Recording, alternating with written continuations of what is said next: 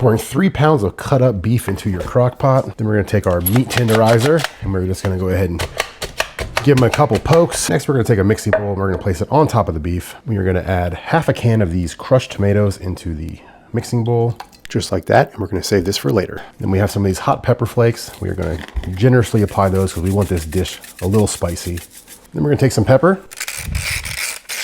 We have some table salt. We're gonna go ahead and put about a teaspoon in there. I love using paprika, so we're gonna put some smoked paprika in this as well, about a teaspoon of that.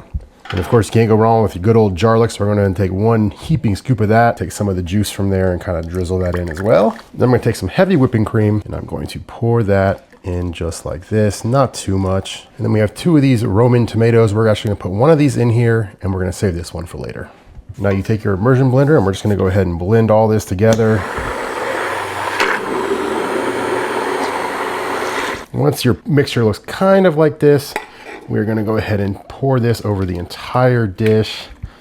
Okay, make sure you get it all out. I have some fresh oregano, so what we're gonna do right now, we are gonna take some of that oregano, chop it up into kind of tiny pieces over this whole thing.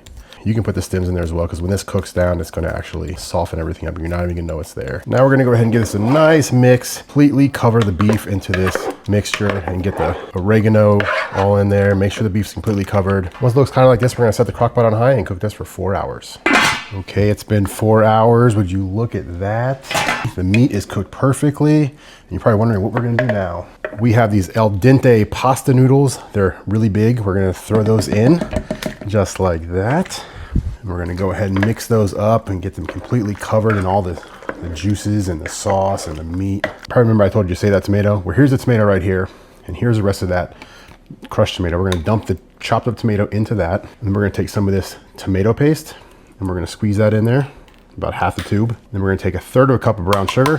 We're gonna mix all that up real good. And then we're gonna put it into the crock pot. Make sure you get it all out of the can. And then we're gonna mix all that up. But we're not done. We have 2 cups of this mozzarella cheddar mix. We're gonna dump in the dish. And we're gonna mix that up as well. And now it's starting to look like something I'd eat. So once it looks kind of like this, smooth it out, put the lid back on. Okay, it's been 15 minutes. Would you look at that? Now what we're gonna do is we're gonna take some of this fresh basil and we're gonna cut it up with my scissors, my kitchen shears. We're gonna add a little color, a lot of flavor. Try to get them in as small pieces as you can. Just gonna go ahead and try to get some of that meat, some of the pasta, a little bit of that fresh basil. Look at the cheese pull. Oh my God, people. Look at that meat cooked perfectly. Medium rare. Medium rare, just how my wife likes it. So we're gonna get a little bit of that pasta, a little bit of that meat, a little bit of that sauce. Give it a shot, let us know how you like it.